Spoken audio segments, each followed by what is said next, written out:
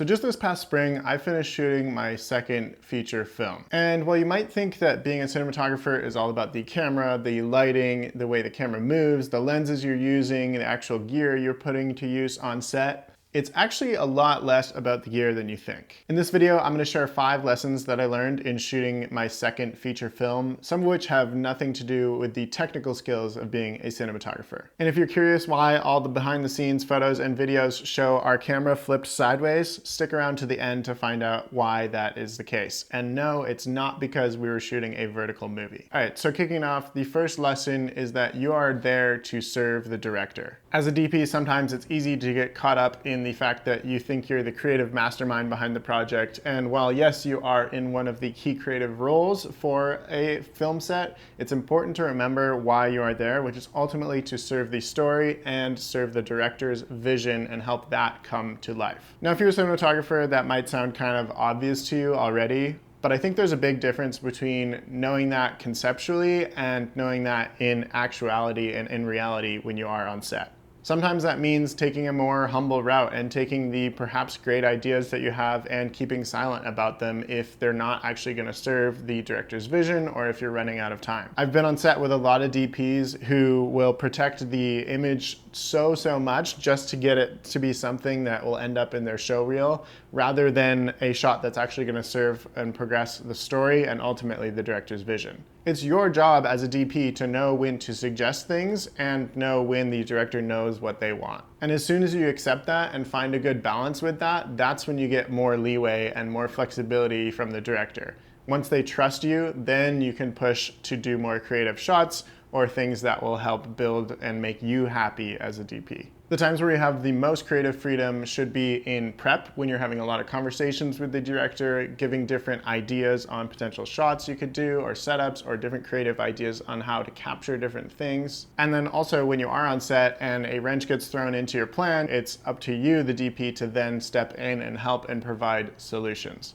But other than that, it's more your job to serve the director's vision of what they want to see to help support the story and drive the characters and the narrative forward. But the reality of DPing is that it's not just about shots. It's also about managing people. I think online there's this big misconception that DPing is all about artistry and the equipment that you use to make that happen and how you can execute a vision to make the most beautiful shot. And while that's all important, the reality of being a director of photography on a real set is that you are a manager. You're the head of the camera department and you have to manage your assistant camera people, and you're also the leader of the grip and electrics. And sometimes as a manager, you have to deal with conflicts. I think leadership is one of the most underrated skills a DP can have. Learning how to delegate when you need things done and learning how to communicate with your crew is one of the most crucial skills you can have as a cinematographer. In addition to that, sometimes being on set is a stressful environment. You're often working for 12+ hours a day for many days, especially on a feature film. So managing people's energy levels, knowing when they might need a break or when you can pick up the slack for somebody else is your job as a leader. You have to be in control of not only the tasks that your crew is completing, but also super aware of how they are energy and motivation wise. Sometimes you need to just put on a positive face even if the shit is hitting the fan, just to help your crew continue that vibe to create a good environment on set. And I don't mean you should be lying to anybody about how things are going, but sometimes as the leader, if you set the pace and the tone for the day, the rest of your crew will follow, and I think that's incredibly important for crew morale. I personally also try to create a space where people can come to me if they have any issues, whether that's managing different people, having conflicts with production or producers or any other sort of conflict that goes on set. I want to be there for my grip and electric and camera team to know that I will fight for them and find a solution between myself, who's between the producers, the director, and the crew, and find that happy medium. It's way more important, especially on this long of a project, to make sure that your relationships are super solid and that people are happy to continue that throughout the end of the shoot, which can be tough to manage. It's definitely a skill, so go practice your social skills out there and you will see a difference once you get onto bigger sets. That said, that can be a little bit of a trap as well, because if you think that leading and managing people means that you have all of the answers, sometimes you'll lose your team's trust, which brings me to the next lesson.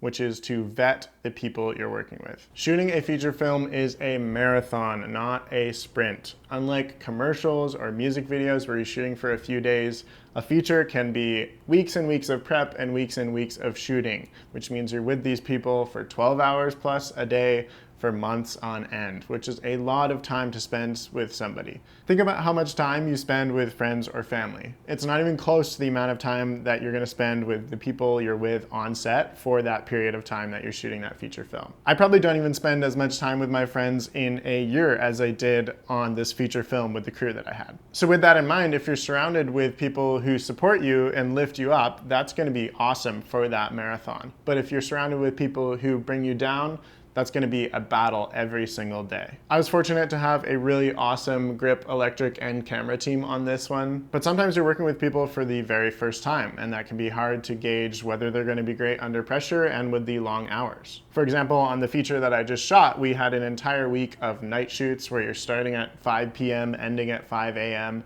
and it totally discombobulates your work schedule and sleep schedule. And with things like that, you wanna make sure you vet the people that you're working with to make sure they're either down for the cause or you're paying them enough to be there all night, or just that everyone is gonna have enough energy to get through your day. If there are any conflicts, it's really important to find common ground with people, whether that's with your director or the crew you're working with or anybody else on set. I cannot emphasize how much communication skills and doing your research before you even bring people on to hire matters. Just like when they cast actors and they do chemistry reads, you should be reaching out to people, having coffees beforehand to do your own version of a chemistry read with your crew. And even if you have the right team and the right managing skills, you still might hit situations where you don't know the answer. And that's why honesty is one of the most important lessons you can learn. Specifically, being honest with things that you don't know. As I mentioned at the beginning of the video, this was my second feature film, which means I have enough experience to have landed a second feature film and shot a bunch of commercials and music videos and other types of content,